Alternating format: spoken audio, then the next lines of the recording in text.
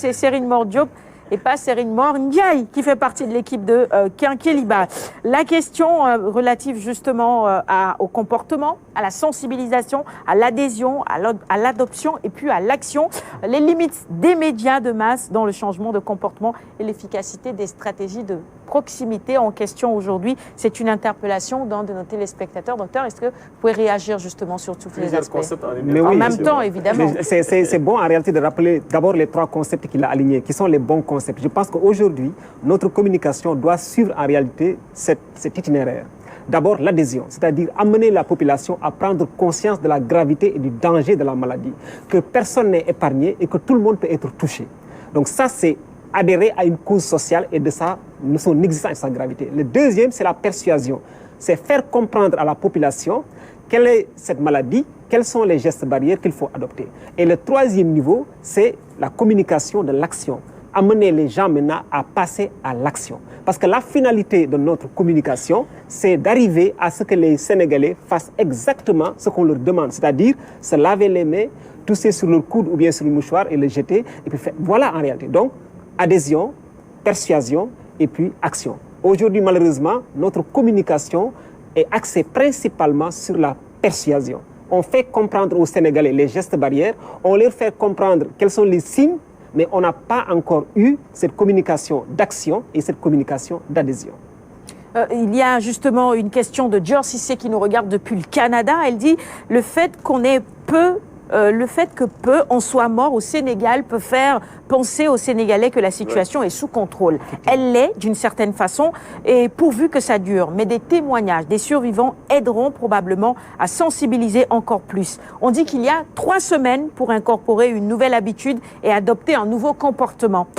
En tenez-vous compte, c'est sa question, comment l'appliquez-vous au contexte sénégalais? Mais parfaitement en phase avec Dior. Je disais en fait, la stratégie de la monstration, c'est justement ça.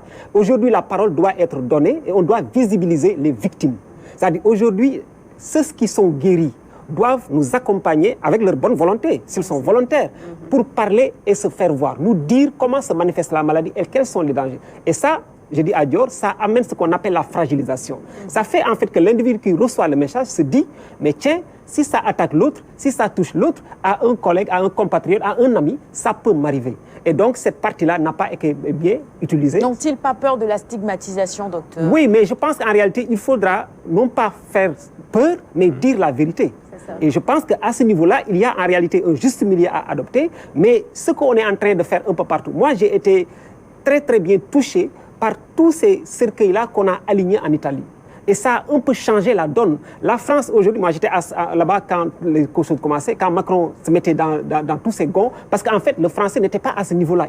Les gens n'ont pas compris. Donc il y a une distanciation, il y a un réflexe en réalité qui fait que les gens n'ont pas compris vraiment la gravité de la maladie. Il faut en réalité les toucher à ce niveau-là. Et les toucher à ce niveau-là, c'est la monstration, montrer les victimes, montrer en fait le dispositif hospitalier où les gens travaillent pour montrer que la maladie existe.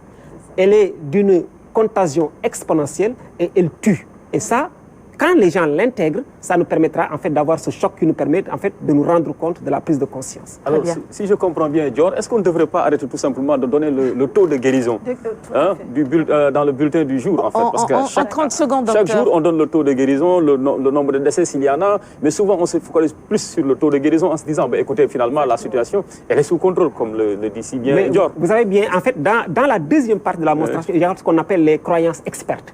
Il faut donc donner les éléments. Mais je pense que nous, on a tendance à beaucoup nous focaliser sur les points positifs. Or, on devait encore accentuer un peu le message sur ces cas-là. En réalité, aujourd'hui, nous sommes à un cinquième. Le nombre de confinés. Oui, les nombres de gens qui sont en quarantaine, on peut les mettre aussi à aller voir ces gens-là qui sont en quarantaine et comment ils les vivent. Exactement. Parce que ce sont des éléments, ce sont des drames en réalité qu'on vit. Les gens-là qui sont guéris, des gens-là qui en réalité ont été touchés et qui sont guéris, tous ces gens-là en réalité nous permettent de mettre ça. Donc il faudra un peu retourner un peu la communication vers un penchant beaucoup plus vrai et réel qui nous montre la face hideuse de la maladie pour pousser les populations à prendre conscience de cette gravité-là. Et puis maintenant, il y a un autre pan qu'on n'a pas encore eu, c'est cette pan-là qu'on appelle maintenant l'action. Parce qu'aujourd'hui, en mettant cette forme de communication qu'on est en train de faire, qui est bonne en soi, qui permet que les gens comprennent, comprendre ne veut pas dire faire. C'est qu'on ne peut pas s'arrêter simplement à faire comprendre aux Sénégalais les gestes barrières.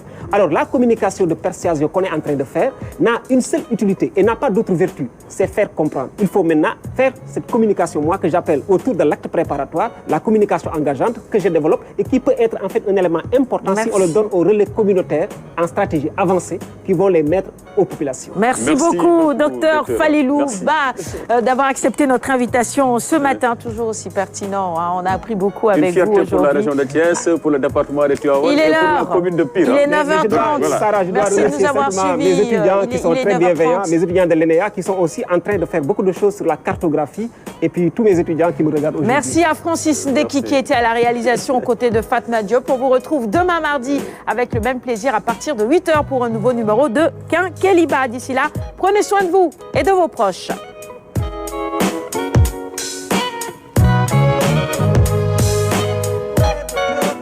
Gotta find my way, the Lord.